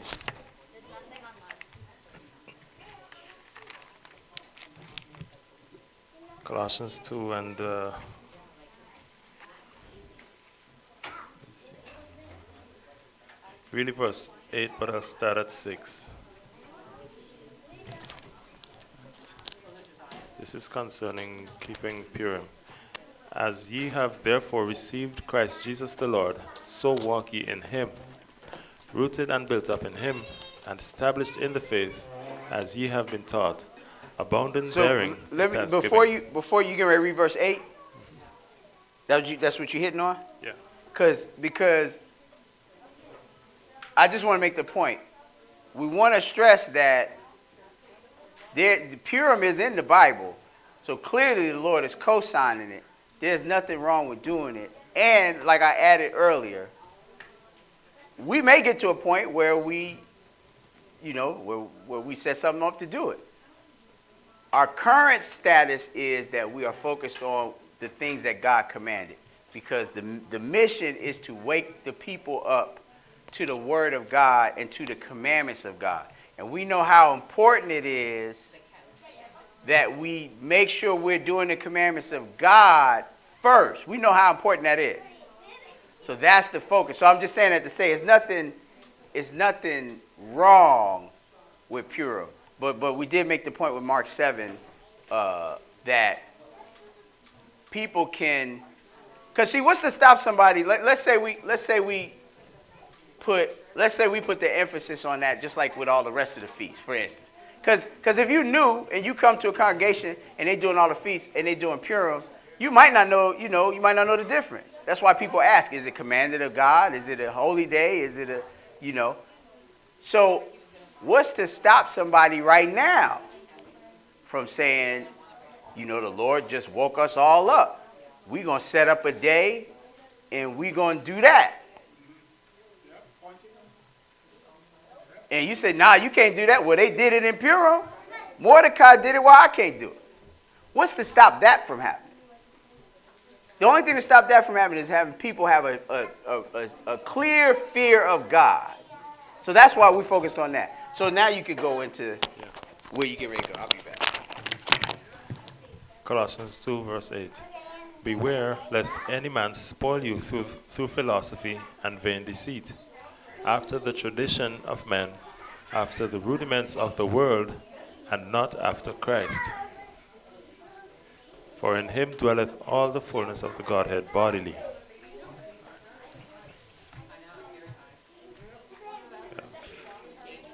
No questions on YouTube, no questions on Facebook. Any questions in house?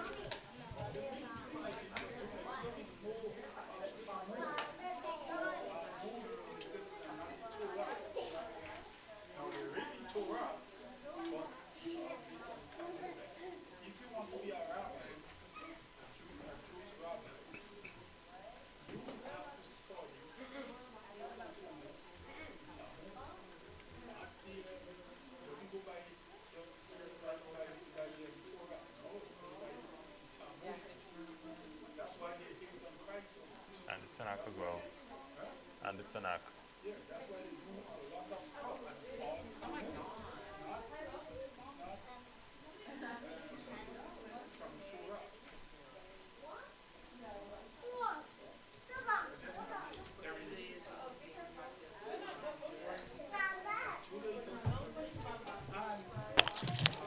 So, where'd you stop?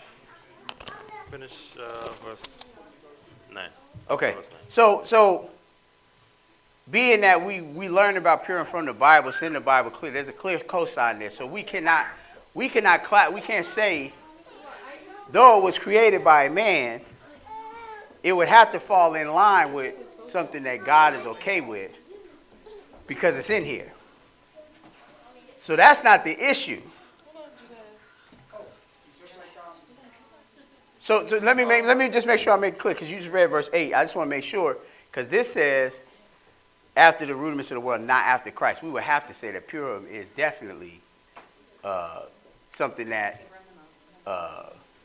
has to do with Christ, in that we know that the Lord is the one that delivered them from all of that stuff that happened because it's in the Bible. So it would fall in line with that. That's not the issue. We got to be careful and make sure that we stay focused on what will get us out of this situation and get us salvation, because clearly some of us have made some bad decisions. This is why we all here. So so our energy got to be put where we know it's going to work. It's almost like, you ever seen the movies of somebody be in a situation, they be like, man, this is my last, this got to work. Okay, so if it got to work, you focusing on the things you know are going to work. That's kind of the situation we in right now. So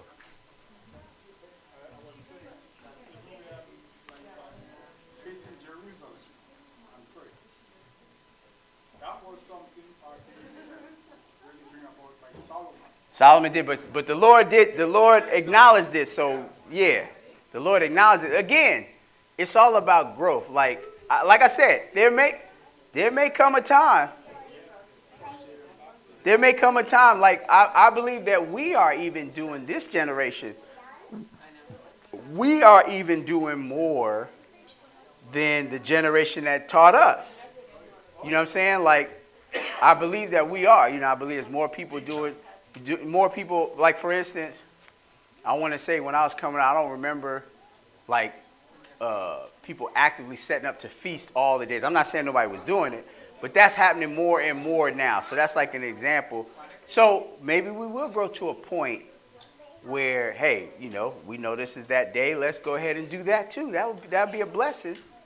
But where we are right now, we trying to make sure we focusing on what we focusing on. So Even when you look at, I look at different camps and when you look at most of them, even the Sabbath, even like Brother Elijah talk about it, like there was a time when they wasn't keeping the Sabbath like they keep it now. correct.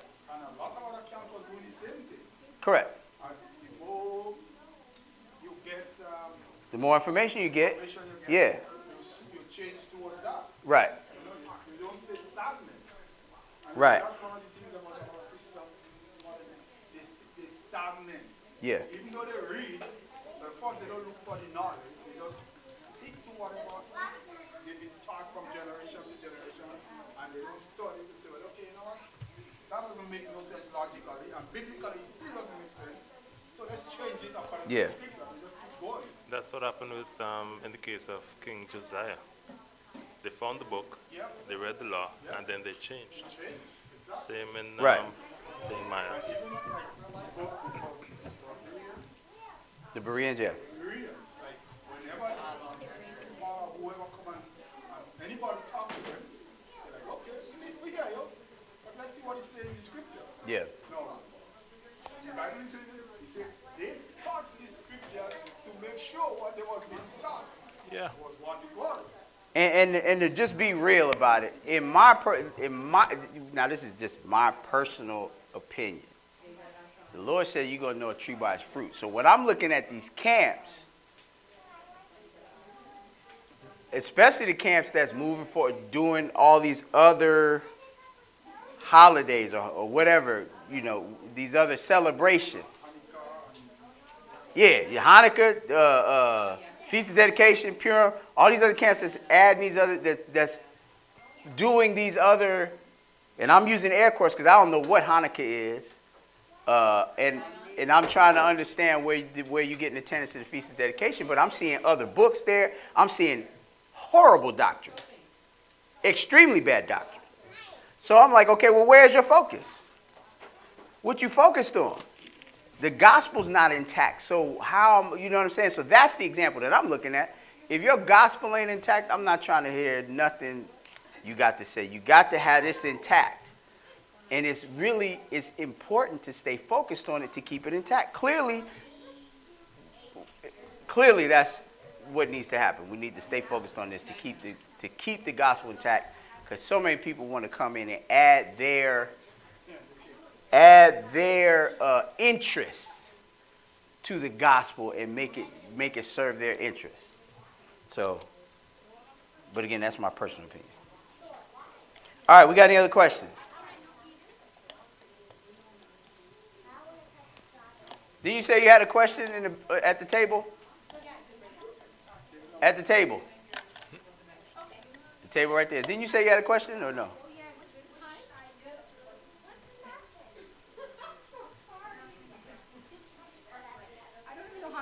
Ask this question because I was talking to Sis Megan about the question earlier, but okay, so I'm going to try to ask it the best way I can. Mm-hmm. All right, so I was reading a scripture, and all of a sudden this thought came to me, which obviously is no thought of my own because I don't see myself thinking about something like this. So the question is, first of all, the question is anything in the Bible like that mentioned, is there anything biblical about the question I'm about to ask? So a lot of Hebrew Israelite, I'm still going to call it that because everybody knows what I'm referring to, always don't know, who are not in the truth, don't understand anything about the curse, right? So as a result, they're always screaming racism. So it's like racism has replaced the curse, right? So, it's a great observation. Yeah, but like I said, it wasn't me, because I don't think I would think of this. So, is there anything biblical about, and not only that, we are the only ones who are screaming racism. You don't hear Ham doing it or Japhet doing it. So, is there anything biblical about that? I hope I asked it properly. About what? About us? Okay, well, how do I word the question? Constantly talking about racism?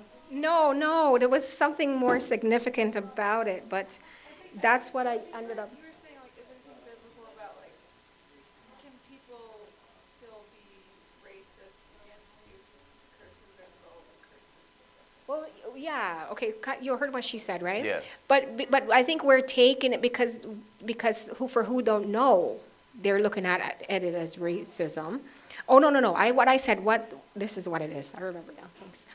The entire Bible doesn't talk about racism. Mm-hmm. Like, whenever there was war, it was nation against nation. It was Correct. never, from, like, Genesis all the way to Revelation. Nobody really had a racial war. Right. Right? So that's when oh my God, my mind was just going crazy. So I was just thinking, how then can we sit here and say, oh, you're a racist against me? Or you're racist, when in fact, knowing the truth now, I know that it's the curse and not a racist thing. Right. So is there anything biblical about that, or how can I approach somebody to explain to them that really and truly it's not, there's nothing racial, it's actually, we as Israelites are under a curse. That's a great question. Thank you. Great observation. Great Thank point. you. So can you do it on the mic so people can hear you?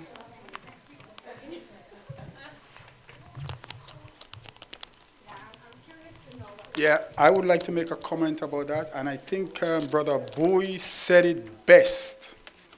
And you know what I'm going to say. Yeah, we keep blaming the person, the bat, instead of the person wielding the bat. Case in point, meaning that we tend, as a people, to blame the Europeans. Mind you, we have good right to. But at the same time, coming into this truth, we should realize that it's not them. It's just like Pharaoh. Pharaoh didn't have a choice. The scriptures say that he was made that way. God created him that way in order to show his power. It's the same thing with our oppressors. God made them do it. So really and truly we should be thankful, and it's not to go against God. We should keep doing what we was told to do and not blame the bat, but honor the Father. How can we say that God gave us free will and then turn around and say, oh, you don't have a choice?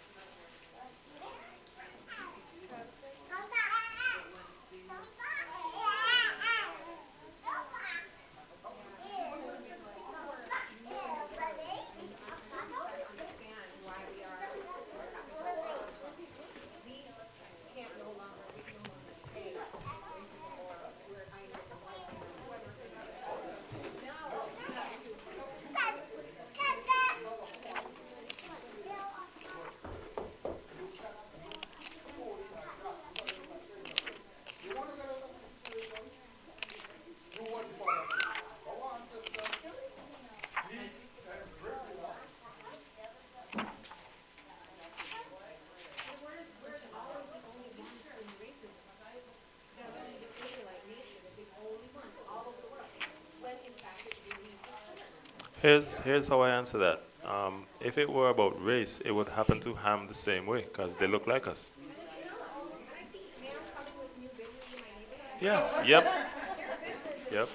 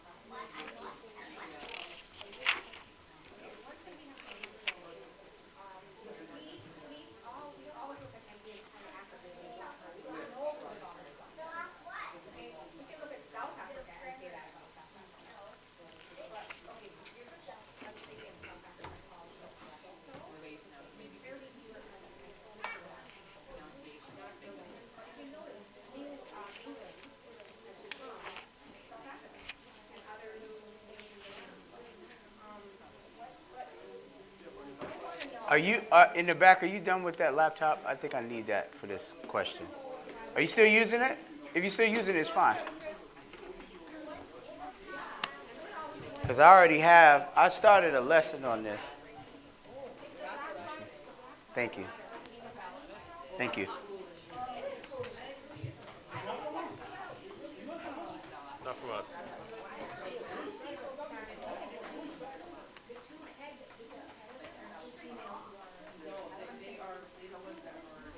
They're the faces of it.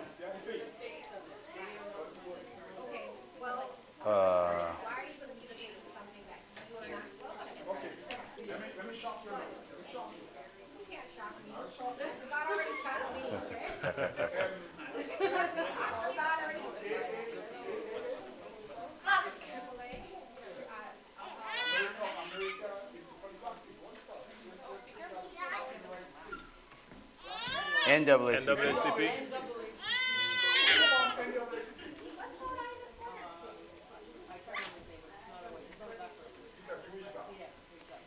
Okay, I'm not shocked by that. Okay, tell me, okay, you know why I'm not shocked by it? Tell me anything right now that black Hebrew Israelites in heaven. I don't hear, so how could I be shocked? Like that's why I said God already shocked me.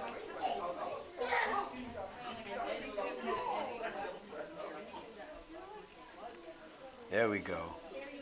Oh, really? Is this where?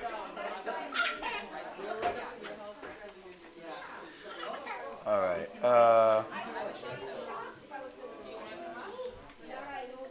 Okay.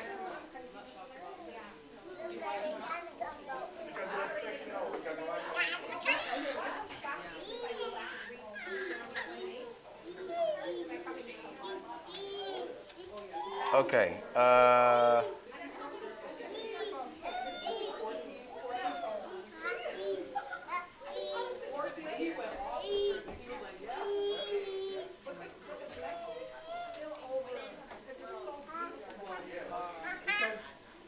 Blessing is so great that we didn't have to go by it around.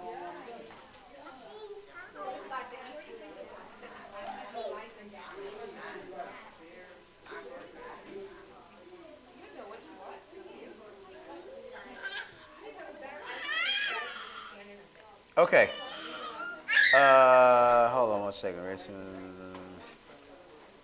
Okay. So number one. So the question is there anything biblical about racism? Okay. Here's the important thing to number one.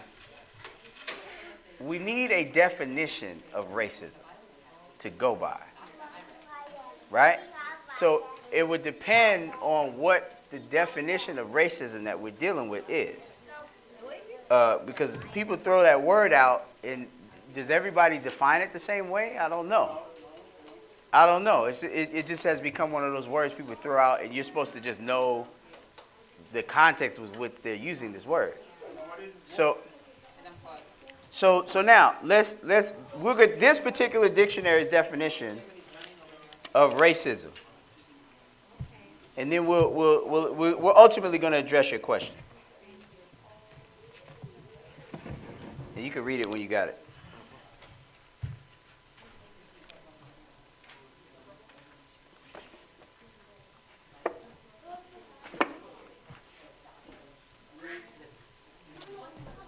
I think it's down. Yeah. Yeah, you got it? Okay. All right, here we go. Racism.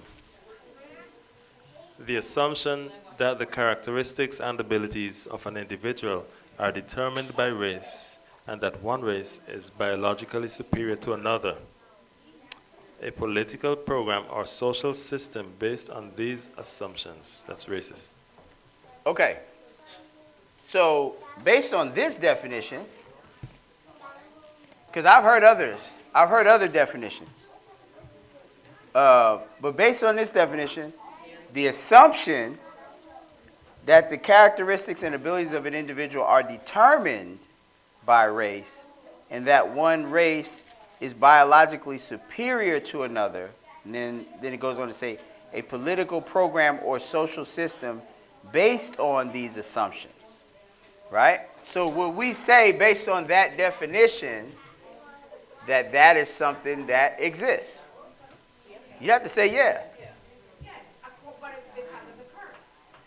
Right, so we're going to get to the root of it. So now, yeah, the sister said because of the curse. If you want to, can we get somebody to grab the mic and bring it over here so they... No, just bring it over here. You can bring... So now here's the reality... No, I'm going to bring it over. ...of How do I do it? race in and of itself. Here, read this. Yeah, there you go. And now you can go sit down. This is the reality of race, period.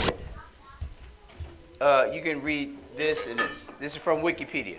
Okay, this is Johann Friedrich Blumenbach. Johann Friedrich Blumenbach, 11th May 1752 to 22nd January 1840, was a German physician, naturalist, physiologist, and anthropologist. He is considered to be a main founder of zoology and anthropology as comparative scientific disciplines. He was also important as a race theorist. He was one of the first to explore the study of the human being as an aspect of natural history. His teachings in comparative anatomy were applied to his classification of human races, of which he claimed there were 5: Caucasian, Mongolian, Malayan, Ethiopian, and American. Okay, so when did he do this? Does it have a date? Well, he lived between 1752 and 1840. All right, so now, the person that created race classification was born in 1752.